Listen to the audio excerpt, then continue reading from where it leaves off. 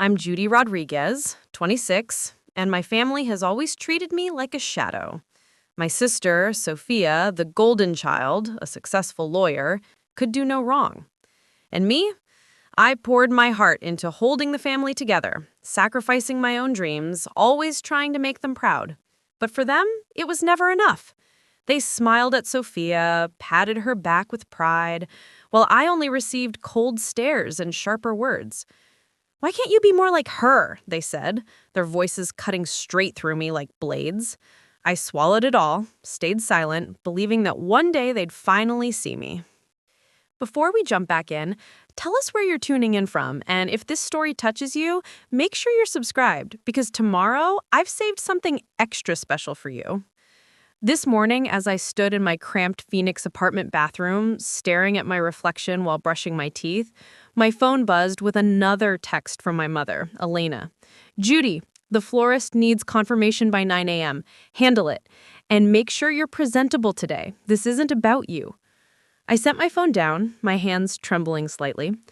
Today was Sofia's wedding day, and like every other important family event, I'd been assigned the role of invisible helper. My reflection stared back at me from the mirror. Dark circles under my eyes from staying up late finishing a logo design for a client.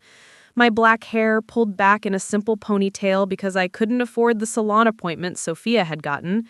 Even my dress, a simple navy blue one I'd found at Target, seemed to whisper that I didn't belong in the world of designer gowns and country club receptions that Sofia moved through so effortlessly. I walked to my small living room, where family photos sat on my secondhand coffee table. In every single one, I was positioned at the edge of the frame, sometimes partially cut off. Sofia always stood center stage, radiant and perfect, flanked by our parents who beamed with pride. In our high school graduation photo, I'd been cropped out entirely. I asked Elena about it once, and she shrugged, saying the frame looked better that way. My phone rang, Marcus Chen's name lighting up the screen. I answered on the second ring. "How are you holding up, Judy?" His voice carried that familiar note of concern that had become more pronounced over the years as he watched my family dynamics play out. I'm fine," I lied, settling onto my worn couch. "Just getting ready to head for Scottsdale. You know you don't have to do this, right? You could just show up as a guest, not as their unpaid wedding coordinator." I laughed, but it came out hollow. "You don't understand, Marcus. If I don't handle things, Elena will find a way to blame me when something goes wrong. And if I do handle things perfectly, well, that's just what's expected." "Judy," his voice softened, "you're worth more than this. You know that, right?" I did know that, somewhere deep inside, but knowing something and feeling it are two different things. I had built a modest career as a freelance graphic designer, creating beautiful things for people who appreciated my work and paid me fairly. In that world, I had value. But the moment I stepped into my family's orbit, I became the daughter who wasn't quite right, who didn't quite fit. "I should go," I said, checking the time. "I need to be there early to make sure everything's perfect for Sofia's big day." After hanging up, I grabbed my keys and headed for my beat-up Honda Civic. The drive to Scottsdale would take 45 minutes, time I'd spend psyching myself up for another day of being invisible while my sister sparkled like a diamond. I'd perfected the art of smiling while my heart broke, of appearing gracious while being dismissed, of holding my tongue when every instinct screamed to defend myself. As I drove through the desert landscape, passing from the modest neighborhoods of Phoenix into the manicured luxury of Scottsdale, I found myself thinking about Maria. That was the name I'd glimpsed on an old envelope once, years ago, when I was helping Elena organize her closet. When I'd asked about it, she snatched it away so quickly she'd nearly torn it in half. "Just old business papers," she said, but her face had gone pale. I'd always felt different from my family. Where Sofia was outgoing and socially graceful, I was quiet and observant. Where she thrived in crowds, I found solace in solitude and art. Elena always explained it by saying I was difficult or too sensitive, but sometimes I caught glimpses of something else in her eyes when she looked at me. Something that looked almost like guilt? The Desert Ridge wedding venue came into view, a sprawling resort with manicured gardens and mountain views that probably cost for one day more than I made in 6 months. I parked in the back lot, as Elena had instructed, so my car wouldn't be visible in any photos. As I walked toward the main building, I steeled myself for what I knew was coming. A day of running around in the background, solving problems, managing crises, all while being treated like hired help by the very people who should love me most. But something felt different today. Maybe it was Marcus's words echoing in my head, or maybe it was the way the morning light caught the mountains, reminding me that there was a whole world beyond this family's narrow definition of who I was supposed to be. For the first time in years, I felt a spark of something that might have been defiance.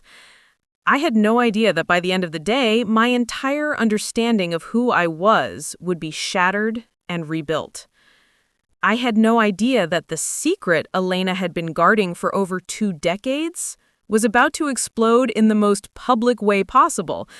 All I knew was that I was tired of being a shadow, and somewhere deep inside, a voice was whispering that maybe, just maybe, it was time to step into the light.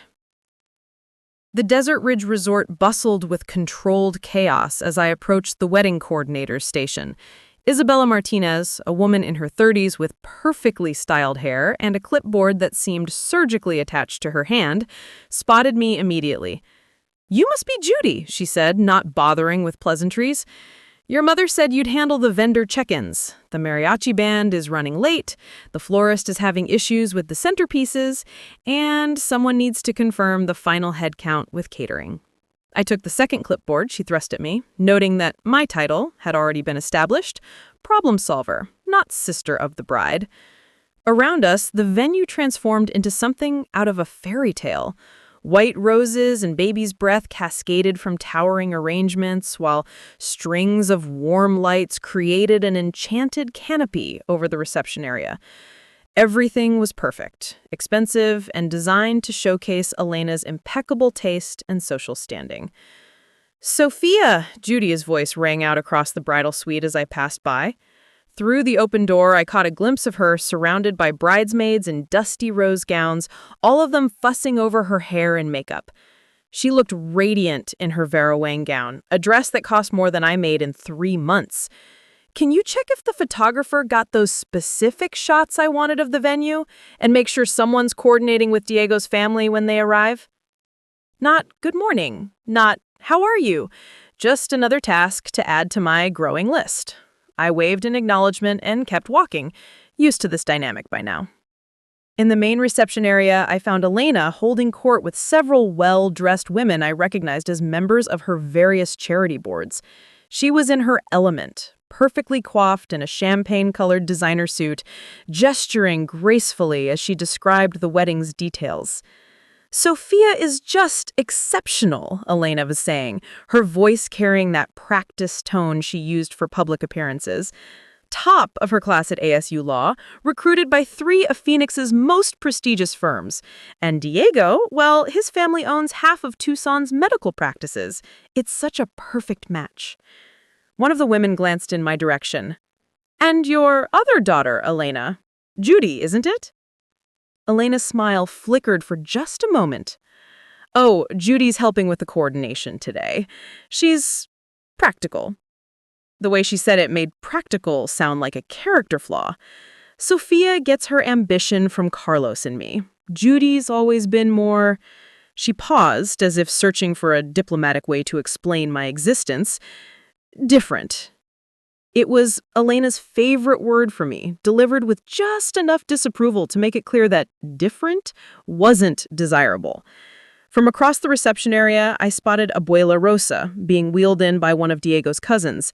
At 78, she was still sharp as a tack, her dark eyes missing nothing. She wore a traditional black dress with intricate embroidery, and her silver hair was pulled back in an elegant bun. As our eyes met, she said something in rapid Spanish that I couldn't quite catch over the ambient noise. "Mija," she called to me, gesturing for me to approach. "Ven acá." I walked over, grateful for any interaction that didn't involve checking items off my endless to-do list. "Hola, abuela, ¿cómo está usted?" Her weathered hands reached for mine, and she studied my face with an intensity that made me uncomfortable. "Tienes los ojos de tu—" she began, then stopped abruptly, glancing around as if checking to see who might be listening. You look tired, mija. This family, they work you too hard. Before I could respond, Tia Carmen appeared at my elbow. Elena's younger sister had always been kinder to me than the rest of the family, slipping me money for school supplies when I was younger, remembering my birthday when others forgot. Judy, sweetheart, she said, pulling me into a brief hug. You look lovely. That color is beautiful on you. It was such a simple compliment, but it hit me unexpectedly hard. When was the last time anyone in my family had said something genuinely nice to me? Carmen, Elena's voice cut across our moment like a blade. Could you help me with the seating arrangements? There's been a last-minute change. Her tone was pleasant enough for public consumption, but her eyes held a warning as they flicked between Carmen and me. Carmen squeezed my hand quickly.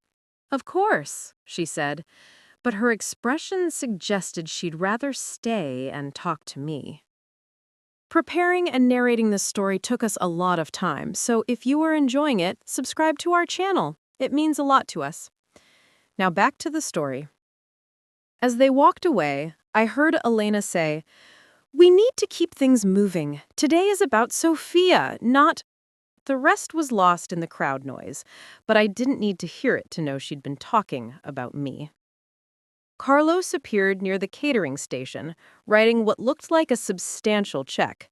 My father had always been a man of few words, more comfortable with financial transactions than emotional ones. He was successful enough to afford venues like this, generous with his money, but miserly with his attention. As I approached to confirm the final details with the caterer, he glanced up. "Everything under control?" he asked, already folding the check and looking away. "Yes, Dad, everything's handled." He nodded and walked off without another word, probably to find Diego and discuss business or golf or anything that didn't require actual emotional investment. I watched him go, remembering all the school plays he'd missed, all the art shows where I'd scanned the crowd looking for his face, all the times I'd wished he'd see me as more than just another expense to manage. The morning continued in this vein, me solving problems, managing vendors, coordinating details, while my family basked in compliments about Sofia's achievements and Elena's party planning prowess. Diego's family arrived in a convoy of luxury cars, warm and welcoming people who treated each other with genuine affection. His parents, Dr. Eduardo Vasquez and his wife Carmen, embraced everyone with authentic enthusiasm. I watched them interact with Sofia, already accepting her as a daughter, and felt a familiar pang of longing. This was what a loving family looked like. People who lit up when they saw each other, who asked real questions and listened to the answers. As the morning progressed and guests continued arriving, I began to notice something strange.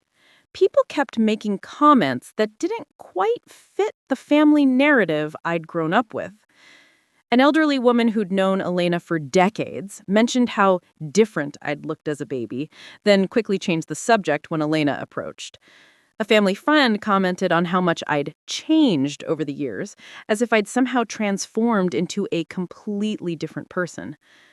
Each odd comment, each quickly redirected conversation, each uncomfortable pause when my childhood came up, added to a growing sense that there were gaps in my family history, stories that didn't quite align, timelines that seemed fuzzy, and always, Elena's quick interventions to steer conversations away from certain topics. I was starting to realize that my family's treatment of me might not just be about favoritism or personality differences. There might be something deeper, something that explained why I'd always felt like I didn't quite belong in my own family. And as I stood in that beautiful venue, watching my sister's perfect day unfold around me, I had no idea that I was about to discover just how right that feeling had been. The pre-ceremony chaos reached its peak as guests filed toward the outdoor ceremony space, a stunning garden area with the McDowell Mountains providing a dramatic backdrop. I moved through the crowd, clipboard in hand, solving last-minute seating disputes and ensuring elderly relatives found their way safely to their chairs. It was during these interactions that the strange comments started piling up. "Judy, dear," said Mrs. Hernandez, an old family friend who'd known my parents since before I was born. She gripped my arm with surprising strength for someone in her 80s. "You know, you were such a different baby. So serious even then. Nothing like—" She glanced around, then leaned closer. "Nothing like Elena's other pregnancies." Before I could ask what she meant, Elena appeared at my elbow, as if summoned by some sixth sense. "Mrs. Hernandez, how wonderful that you could make it. Judy, we need you to check on the musicians. They seem confused about the processional timing." Mrs. Hernandez's mouth snapped shut, but her eyes remained on me, filled with something that looked like pity. As Elena guided her away, I heard her whisper urgently in Spanish, something about pobrecita, poor little one. The mariachi band was fine, as I had expected. Their leader, a man in his 50s wearing an elaborately embroidered charo suit, nodded respectfully when I approached. "Everything is ready, señorita. We have played many weddings for families like yours. Always beautiful celebrations." He paused, studying my face. "You know, you remind me of someone.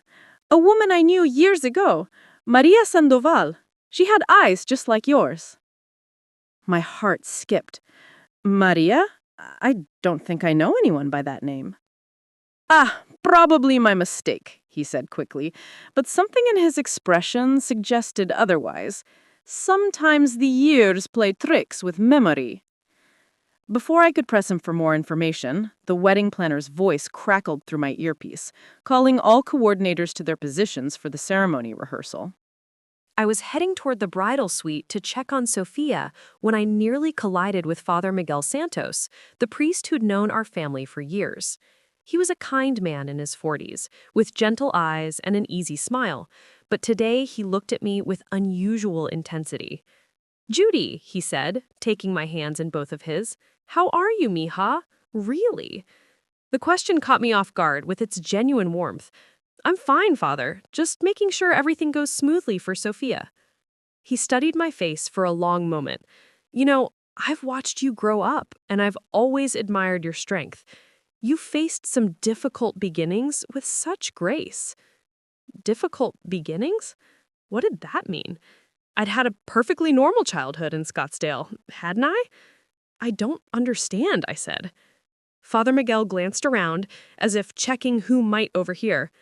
"Sometimes, God tests us in ways we don't understand until much later. Your path has been unique, but I've always believed that truth has a way of revealing itself when the time is right." Before I could ask what he meant, Elena's voice rang out across the garden. "Father Miguel, we're so grateful you could officiate today. Shall we go over the ceremony details one more time?" The priest squeezed my hands gently. "We'll talk later, mija. There are things, well, perhaps after the celebration." As he walked away with Elena, I stood frozen in place, my mind racing. Difficult beginnings, unique path, truth revealing itself? What was he talking about? I needed air, space to think. I slipped back toward the bridal suite, telling myself I was checking on Sofia, but really just needing a moment to process these strange interactions. The suite was temporarily empty. Sofia and her bridesmaids had gone for final photos, so I found myself alone with the detritus of wedding preparation. Makeup bags, hairspray, discarded dress options. Elena's purse sat open on a side table, and as I passed by, something fell out. An old photograph. I bent to pick it up, and my world tilted slightly on its axis. The photo showed Elena, visibly pregnant, standing next to Carlos in front of what looked like a hospital. She was glowing with that particular radiance of expectant others, her hands cradling her belly. But something was wrong with the timeline. Based on Elena's apparent stage of pregnancy in the photo and the hospital's old-style architecture, this should have been taken around the time of my birth. But Elena had always told me that she had difficult pregnancies, that I'd been born prematurely, that she'd been on bed rest for months. The woman in this photo looked healthy, happy, full-term pregnant. And she was standing outside a hospital I didn't recognize, not the one where Elena claimed I'd been born. "Judy!" Elena's sharp voice made me jump. She was standing in the doorway, her face pale. "What are you doing in here?" "I was just checking on things," I said, holding out the photo. "This fell out from your purse." Elena snatched it from my hands so quickly she nearly tore it. "That's nothing, just an old photo. You shouldn't be going through my things." I wasn't going through anything. It fell out when I walked by. I studied her face, noting the flush of color that had replaced her earlier pallor. "Who's the pregnant woman in the photo, Mom?" "It's me, obviously, from when I was pregnant with Sofia." But her voice lacked conviction, and she wouldn't meet my eyes. "The architecture of that hospital looks older, and you said Sofia was born at Scottsdale General, not wherever that photo was taken." Elena's eyes flashed with something between panic and anger. "You're being ridiculous, Judy. It's just an old photo. Now come on, we need to get ready for the ceremony." But as she turned to leave, she muttered something under her breath in Spanish that chilled me to the bone. "Siempre preguntando demasiadas preguntas." Always asking too many questions. I followed her out of the bridal suite, my mind spinning. The photograph, the strange comments from family friends, Father Miguel's cryptic words about difficult beginnings and truth revealing itself, it was all adding up to something I couldn't quite grasp yet. Marcus appeared at my elbow as if summoned by my distress. "Hey, you okay? You look like you've seen a ghost." "Marcus," I said quietly, "do you ever get the feeling that there are things about my family that don't quite add up?" He looked around to make sure we weren't overheard, then nodded slowly. "Judy, I've been watching your family treat you differently for years. There's something off about the whole dynamic. It's not just favoritism. It's like they're guilty about something." Before I could respond, Abuela Rosa appeared beside us. She had somehow maneuvered her wheelchair close enough to hear our conversation.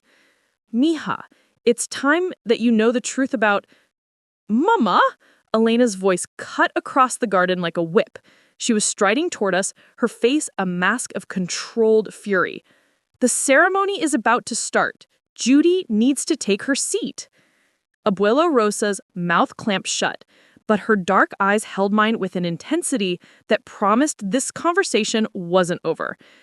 As I walked toward the ceremony seating, Elena's hand gripping my elbow just a little too tightly, I realized that my entire understanding of my place in this family was built on foundations that were starting to crumble.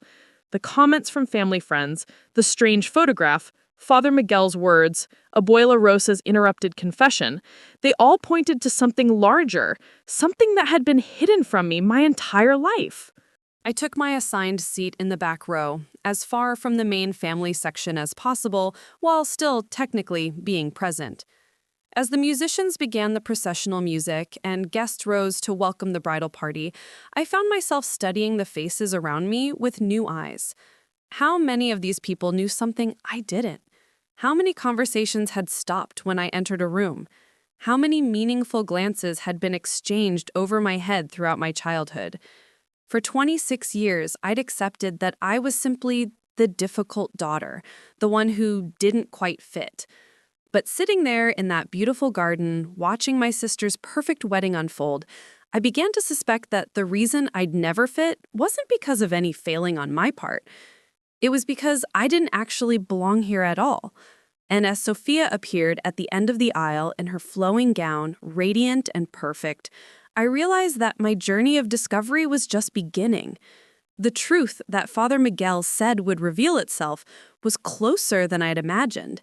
And when it came out, it would change everything I thought I knew about who I was and where I came from. The ceremony began with Sofia floating down the aisle like something from a fairy tale. Her Verawang gown caught the desert sunlight, and Diego's face lit up with pure joy as he watched her approach. Father Miguel's voice carried across the garden as he spoke about love, commitment, and the sacred bonds of family. The mariachi musicians provided a beautiful backdrop, their traditional songs weaving through the vows that Sofia and Diego exchanged. I watched from my assigned seat in the back row, noting how perfectly choreographed everything was. Elena had orchestrated every detail, from the timing of the music to the positioning of the photographers. Even my marginalization was carefully planned, far enough from the family section to be barely visible in photos, close enough to handle any emergencies that might arise. As the couple exchanged rings, Father Miguel spoke about honesty in marriage, about building relationships on truth and trust. The irony wasn't lost on me, sitting there with my mind still spinning from all the strange comments and mysterious photographs I'd encountered that morning. After the ceremony, as guests moved toward the cocktail reception, the photographer began corralling family members for formal portraits. I watched Elena direct the shots with military precision, positioning Sofia and Diego at the center, flanked by both sets of parents. Extended family members were arranged in careful rows, everyone smiling on cue. "Judy," the photographer called, "can you step to the left a bit? You're blocking the light." I moved as directed, ending up at the very edge of the frame. In some shots, I was partially cut off by other family members. In others, I wasn't included at all. It was the story of my life captured in real time. During a break between photo sessions, Elena approached me under the pretense of discussing seating arrangements for dinner. Her smile was perfectly calibrated for any photographers who might be watching, but her voice was low and cold. "You've been asking a lot of questions today, Judy. Today is Sofia's day. I don't want you stirring up old nonsense with your usual dramatics." "I'm not stirring up anything," I replied, trying to keep my voice steady. "People have been making strange comments all day about my childhood. I'm just trying to understand." Elena's grip on my arm tightened, her perfectly manicured nails digging in slightly. She leaned closer, her breath warm against my ear, and delivered the words that would change everything. "You don't belong here, Judy. You never have." The beautiful ceremony, the happy couple, the celebrating guests, it all faded into background noise as those words hit me like a physical blow. I stared at Elena, seeing my mother's face, but suddenly understanding that the cruelty in her eyes wasn't just disappointment or favoritism, it was something much darker. Marcus appeared at my side, having witnessed the entire exchange. "Judy, are you okay?" I couldn't answer. Elena's whisper had crystallized years of feeling like an outsider, years of being treated as less than, years of wondering why I never quite fit. But more than that, it had confirmed what I'd been suspecting all morning. There was a reason I didn't belong, and Elena knew exactly what it was. While the wedding party posed for more photographs and guests enjoyed cocktails on the terrace, I excused myself and retreated to a quiet corner of the venue with Marcus by my side. Elena's words echoed in my head like a mantra of rejection, but instead of crushing me, they had ignited something I'd never felt before: determination. "She knows something," I told Marcus, my voice shaking with a mixture of anger and clarity. "All those strange comments today, the photograph that doesn't match her story about my birth, the way she shuts down any conversation about my early childhood, it's all connected." Marcus nodded grimly. "What do you want to do?" "I want answers," I said, surprised by the steel in my own voice. "And I'm done waiting for someone to give them to me." We started with Elena's belongings. Her purse sat unattended in the bridal suite, and while Marcus kept watch, I carefully went through it. Along with the mysterious pregnancy photo I'd seen earlier, I found old documents tucked in a side pocket, hospital paperwork with dates that didn't align with what I'd been told about my birth, and a business card for a family lawyer whose name I didn't recognize. "Look at this," I whispered, showing Marcus a medical record.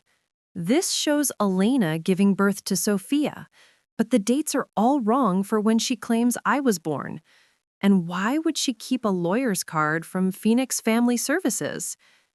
Before Marcus could answer, I heard footsteps approaching. We quickly returned everything to Elena's purse and slipped out of the bridal suite, but not before I pocketed the lawyer's business card. My next stop was Tia Carmen, who was standing near the bar, looking uncomfortable as Elena held court with her society friends nearby. I approached her carefully, knowing Elena was watching. "Tia Carmen," I said quietly, "can I ask you something?" Earlier, Abuela Rosa started to tell me something about the truth, and you've always been kind to me when others weren't. Is there something about my childhood that I should know? Carmen's face went pale, and she glanced nervously toward Elena. Judy, mija, Some things are better left alone. Please, I pressed. Everyone's been making strange comments all day.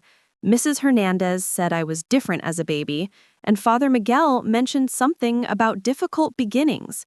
What aren't people telling me? Carmen looked torn, her eyes darting between me and Elena. Your parents, they made choices they thought were best, but maybe... She stopped abruptly as Elena began moving in our direction. Desperate, I made my way to Abuela Rosa, who was sitting in a shaded area away from the main reception activities. Her dark eyes were alert and knowing as I approached her wheelchair. Abuela, I said in Spanish, kneeling beside her chair, please tell me what you started to say earlier. What is the truth I need to know? She looked around to make sure we weren't overheard, then reached for my hands with her weathered ones. Her voice was barely above a whisper, but her words shattered my world.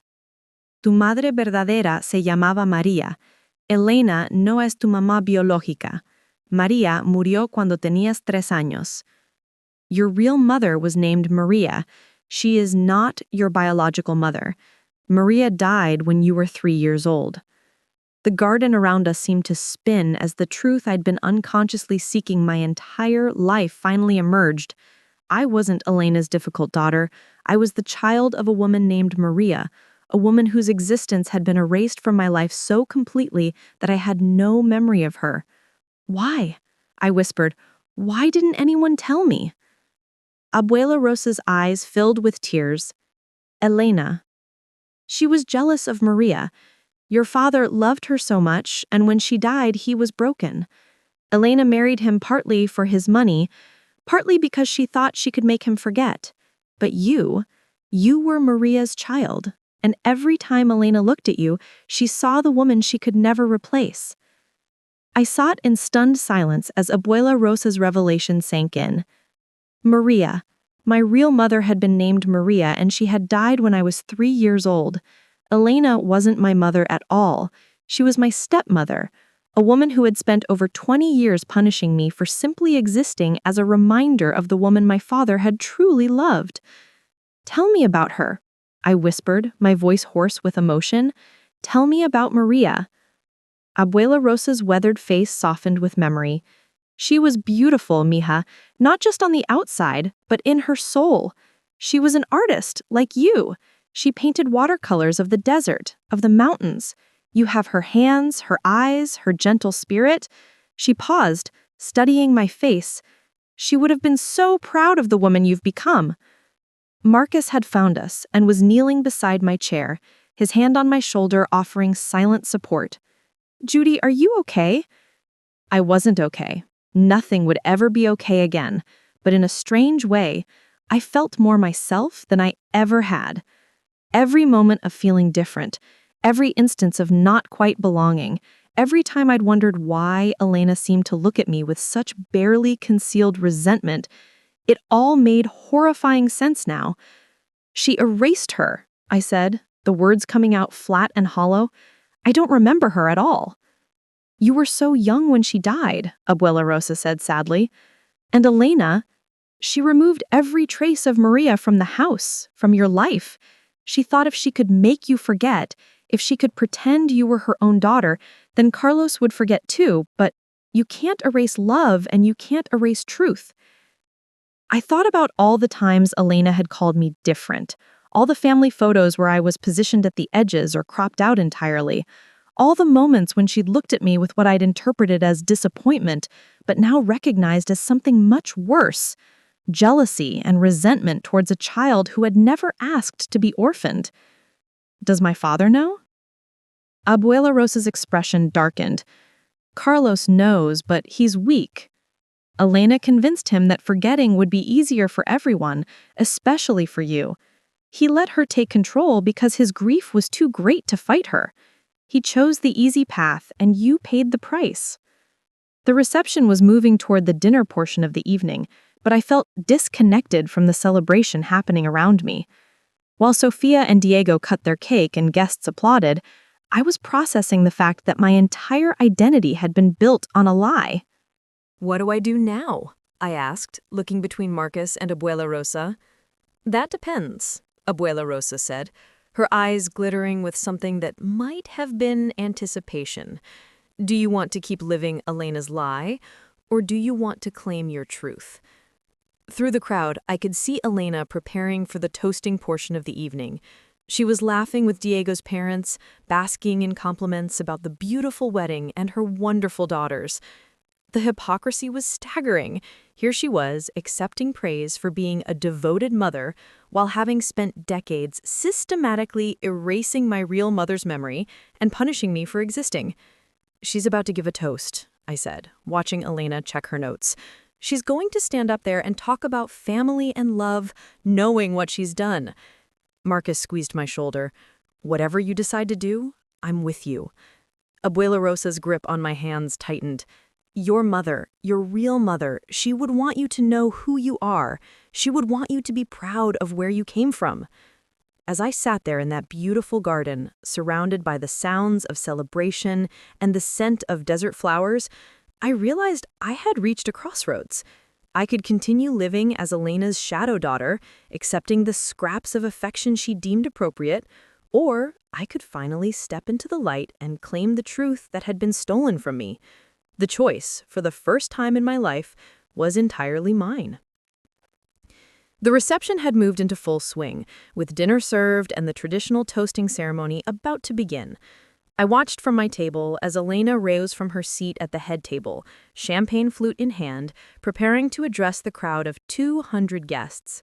She looked radiant in her champagne-colored suit, every inch the proud mother basking in her daughter's perfect day.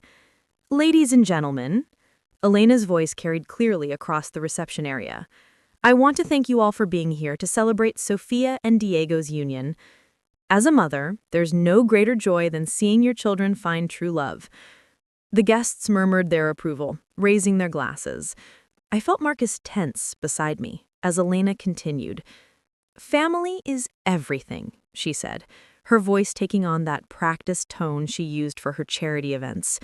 "Carlos and I have tried to instill these values in both our daughters. And seeing Sofia today, so radiant and happy, I know we've succeeded. Both our daughters." The words felt like acid in my throat. Here she was, standing before our entire community, accepting praise for raising me when she'd spent decades systematically erasing my real mother's memory and punishing me for existing. Sofia has always been exceptional, and I know her marriage to Diego will be built on the same foundation of truth and devotion that Carlos and I have shared for 25 years. 25 years of lies. 25 years of letting me believe I was her biological daughter while treating me like an unwanted burden. The hypocrisy was staggering. "Marriage is about honesty," Elena went on, warming to her theme. "About being true to each other, about never hiding who you really are. Sofia and Diego embody these values perfectly." I couldn't listen to another word. I stood up, my chair scraping against the floor, and began walking toward the front of the reception area. Marcus was immediately behind me, his hand gently touching my back in support. "Judy," Sofia called from the head table, concerned, "where are you going?" I reached the microphone area where Elena stood, her speech momentarily interrupted by my approach. The wedding planner looked confused, probably thinking I was there to help with some logistical issue. Elena's eyes narrowed as she saw me approaching. "Judy, this isn't the time," she hissed under her breath. But I was done being silent, done accepting her version of truth, done living as the shadow daughter in a family built on deception. Father Miguel, seated near the front, seemed to understand what was happening. His eyes met mine with something that looked like encouragement, or maybe resignation that this moment had finally arrived. I looked out at the crowd of guests, family friends, business associates, people who had known me my entire life but had never known the real story of who I was or where I came from. These were the same people who had watched Elena treat me differently for years, who made those strange comments about my childhood, who had participated in the collective erasure of my mother's memory and punished me for existing. "I'd like to say something," I announced, my voice carrying clearly in the evening air. Elena's face went pale. "Judy, no, not today." But Sofia, ever gracious, smiled and gestured toward the microphone. "Of course, Judy, we'd love to hear from you." I stepped up to the microphone, my heart pounding but my voice steady. This was it. The moment when I would finally claim my truth, regardless of the consequences. The moment when Elena's carefully constructed facade would crumble in front of everyone who mattered to her. I stood at the microphone, looking out at 200 expectant faces. Sofia beamed at me from the head table, probably expecting a sweet tribute to her perfect day. Diego smiled encouragingly. Carlos looked uncomfortable, as if he somehow knew what was coming. Elena stood frozen beside me, her champagne flute trembling in her hand. "Thank you all for being here to celebrate Sofia and Diego," I began, my voice steady despite the adrenaline coursing through my veins. As Elena just said, family is built on love, trust, and honesty. So, I think it's time we had some honesty. A murmur rippled through the crowd. Elena tried to step toward the microphone, but I held up my hand. "For 26 years, I've wondered why I never quite fit in this family. Why I was always treated differently, always made to feel like I didn't belong. Why Elena could barely look at me without disappointment. Why my childhood memories seemed to have gaps that no one wanted to discuss." Sofia's smile was fading, replaced with confusion. "Judy, what are you talking about?" "I'm talking about the fact that Elena isn't my biological mother," I said, my voice carrying clearly across the suddenly silent reception. "I'm talking about a woman named Maria, who died when I was 3 years old, my real mother, whose existence has been erased so completely that I had no memory of her until today." The silence was deafening. Elena's face had gone from pale to gray, and I could see her mouth opening and closing without sound. Carlos looked like he might be sick. "You see," I continued, turning to face Elena directly, "you were right when you whispered to me earlier that I don't belong here. You're absolutely right. I don't belong in a family built on lies and erasure. I don't belong with people who would rather pretend my mother never existed than deal with the inconvenient truth of her memory." "Judy, stop!" Elena finally found her voice, but it came out as a croak. "You don't understand." "I understand perfectly," I said, turning back to the crowd. "I understand that you married my father partly for his money and partly because you thought you could make him forget the woman he truly loved. I understand that every time you looked at me, you saw her, and you couldn't stand it, so you erased her. You removed every trace of Maria from our home, from our family photos, from my life. You made me believe I was your difficult, disappointing daughter when the truth was much simpler. I was the living reminder of a love you could never replace." The mariachi band had stopped playing entirely. Wedding guests sat in stunned silence, some looking shocked, others nodding as if pieces of a puzzle were finally falling into place for them too. "Elena, stop!" Elena finally found her voice, but it came out as a croak. "You don't understand." "I understand perfectly," I said, turning back to the crowd. "I understand that you married my father partly for his money and partly because you thought you could make him forget the woman he truly loved. I understand that every time you looked at me, you saw her, and you couldn't stand it, so you erased her. You removed every trace of Maria from our home, from our family photos, from my life. You made me believe I was your difficult, disappointing daughter when the truth was much simpler. I was the living reminder of a love you could never replace." The reception erupted into chaos. Guests were talking in hushed, urgent tones, some standing up from their tables, others reaching for their phones. Elena stood frozen at the microphone, her perfect facade crumbling in real time as 23 years of carefully constructed lies collapsed around her. "This is ridiculous," Elena finally said, her voice shaking with rage and desperation. "Judy is clearly having some sort of breakdown. She's always been unstable, always been jealous of Sofia." "Enough." The voice that cut through Elena's protests belonged to Abuela Rosa. Diego's cousin had wheeled her chair closer to the front, and despite her age, her voice carried with unmistakable authority. "Basta ya, Elena. Enough lies." She switched to Spanish, her voice ringing out clear and strong. "Es verdad todo lo que dice Judy. María era una mujer hermosa y buena, y Elena la ha borrado por celos y vergüenza. Several of the older guests nodded, understanding dawning on their faces. Mrs. Hernandez, who had made the strange comment about me being a different baby, stood up shakily. I remember Maria, she said, her voice trembling but determined. She was a wonderful woman.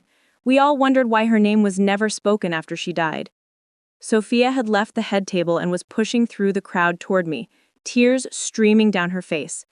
Judy, is this true? Is Elena really not your mother? Before I could answer, Carlos finally stood up. My father, I still thought of him that way, despite everything, looked like he had aged 10 years in the past 10 minutes. His face was gray, his hands shaking as he approached the microphone. It's true, he said, his voice barely audible. The crowd quieted to hear him. Judy is Maria's daughter. Maria Sandoval was my first wife.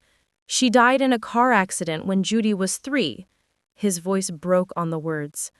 I thought, Elena convinced me that it would be easier for Judy if we didn't talk about Maria, if we let her think of Elena as her mother.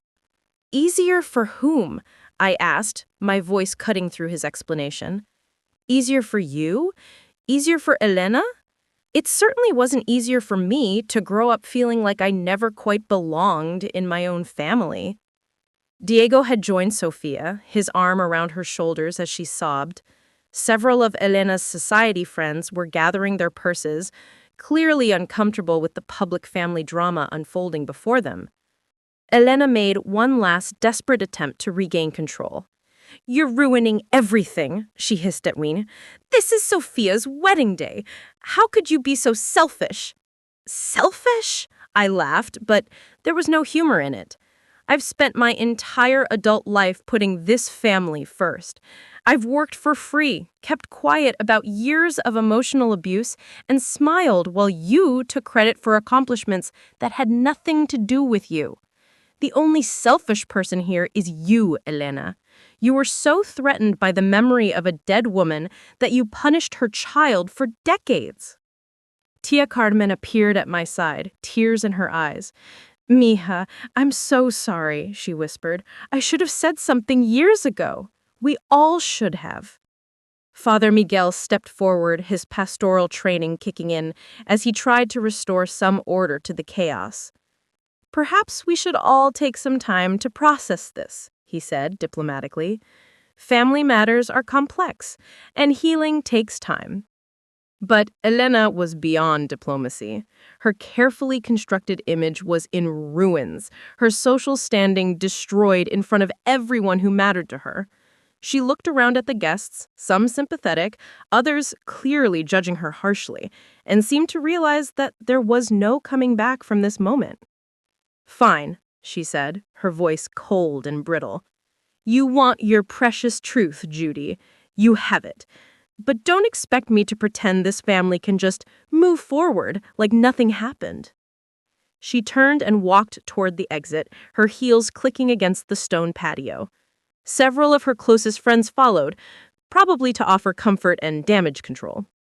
As she disappeared into the venue's interior, I felt an unexpected mix of emotions: relief, sadness, and something that might have been freedom. The truth was out. My mother's memory was finally acknowledged, and for the first time in my life, I didn't have to pretend to be grateful for Elena's reluctant affection. The wedding celebration was effectively over, but in its place, something else was beginning. The long, difficult process of rebuilding relationships on a foundation of truth instead of lies. 3 weeks after Sofia's wedding, I sat in my Phoenix apartment surrounded by boxes of photographs and documents that Carlos had finally given me. Pictures of Maria painting watercolors in the desert, holding me as a toddler, laughing with Carlos in ways I'd never seen him laugh with Elena. My real mother had been beautiful, not just physically, but in the joy that radiated from every image. She would have been so proud of you, Carlos said quietly from my couch. It was the 4th time he'd visited, each conversation a careful step towards rebuilding something that never really existed between us. Sofia had called every day since the wedding, apologizing and trying to understand how she'd been blind to Elena's treatment of me for so long. "I thought Mom was just stricter with you," she'd said through tears during one conversation. "I never realized it was cruelty." Elena had retreated from public life entirely. Her charity board positions were quietly reassigned, her social calendar cleared. The community that once admired her perfect family now knew the truth about her decades of deception. Marcus helped me research Maria's family, relatives in Tucson who had been cut off from my life but had never stopped wondering about me. When I called my tia Elena, Maria's sister, not to be confused with my stepmother, she wept hearing my voice. "Mija, we have so many stories to tell you about your mother. She loved you so much."